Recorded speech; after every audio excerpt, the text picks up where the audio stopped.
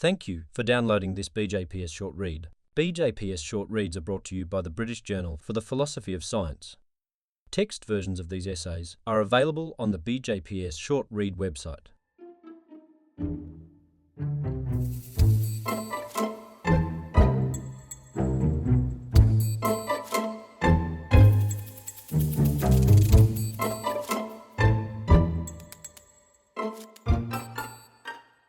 Why Does Causal Reasoning Work? By Naftali Weinberger, Porter Williams, and James Woodward. Read by James Woodward. Alongside the standard theories of causation in the philosophical literature, there has been a great deal of related work in statistics, econometrics, and computer science, among other disciplines. This work has flourished over the past few decades. To a substantial extent, this non-philosophical work has focused on what might broadly be described as epistemological or methodological issues. For example, how might causal relationships be discovered from statistical information? By contrast, although philosophers have not entirely ignored broadly epistemological questions, the bulk of philosophical attention has been directed at more metaphysical issues. What is causation? What are the truth makers for causal claims? Or conceptual analysis? How is our concept of causation to be analyzed? One consequence is that the connection between these philosophical issues and those concerning how we discover or learn about causal relationships is often left underdeveloped. For example, even if there is a connection of some kind between the claim throwing the ball caused the window to break and the counterfactual, if the ball had not been thrown, the window would not have broken, this by itself does not tell us how this analysis of causation bears on how we actually come to form causal judgments. In our article, we follow a different strategy and ask questions that have been relatively unexplored in the philosophical literature. What has to be the case for causal analysis, that is, successful description of systems in terms of causal categories, to work? What has to be the case for the discovery techniques referenced above to work? In answering these questions, we are asking about the features that need to be present in the systems in question, the preconditions for causal analysis to apply. We call these features the worldly infrastructure that supports the application of causal analysis. It is these features that are exploited by the various methods we have for discovering causal relationships. Our main focus is on identifying the relevant features of the infrastructure, but this inquiry prompts a natural follow-up question. Why or under what circumstances are these features likely to be present?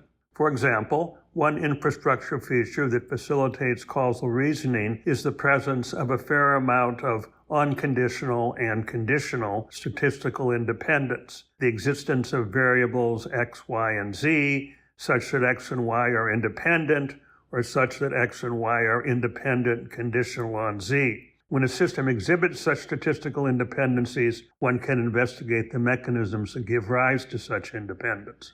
While the worldly infrastructure we elucidate reflects features of the actual world, the project we describe diverges from the currently dominant metaphysical approaches. It is an important part of our project that claims about worldly infrastructure should not be understood as, for example, claims about what does or does not belong to the concept of causation, or as claims about metaphysical necessities involving causation. We think it is a virtue of our project that it does not entangle us in such questions. Our project is the entirely naturalistic one of describing in non-metaphysical terms some of the preconditions for the application of causal claims. As a result, the concepts necessary for characterizing the worldly infrastructure are those already employed by scientists, rather than those developed by metaphysicians.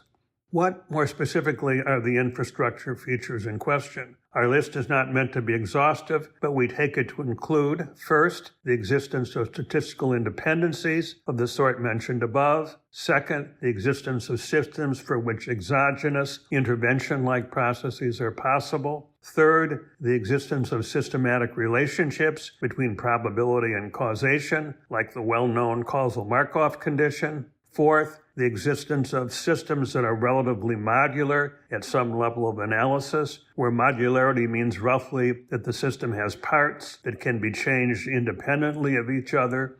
Fifth, the existence of systems for which it is possible to separate governing generalizations, laws, and initial conditions. And finally, the existence of systems that exhibit upper-level patterns of behavior that are realization independent in the sense that the same pattern continues to hold over variations in the system at a more fine-grained level of description. An important implication of our analysis is that the extent to which these infrastructure features hold for any given system is an empirical question that needs to be resolved on a case-by-case basis. It is entirely possible that if enough of these features fail to be present for some system, then these systems are resistant to causal analysis, or that the theories we use to model such systems are not susceptible of a straightforward causal interpretation. We give an example of this possibility from general relativity. Additionally, it is in principle possible for a system to be causally interpretable only at particular spatial-temporal scales.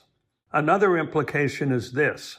Many of the infrastructure features we discussed do not have to do with whether a system is law-governed, at least not directly. For example, the presence or absence of variables that are statistically independent is not determined only by whether a system is law-governed, but also reflects facts about the distribution of initial conditions. A system in which these and other infrastructure requirements are absent may not be one that supports the application of causal claims, even if the system is law-governed. Thus, it is mistaken to think that as long as there is a law linking X to Y, X causes Y. Finally, a very common strategy among philosophers interested in the metaphysics of causation or in conceptual analysis is to imagine worlds very different from our own and to ask whether various causal claims would be true in such worlds. They use this methodology to answer questions about what belongs to our concept of causation or what features of causation are metaphysically necessary. For example, one might ask whether there exists a world in which the principle of the common cause fails. X and Y are correlated, but X does not cause Y, Y does not cause X, and X and Y do not have a common cause.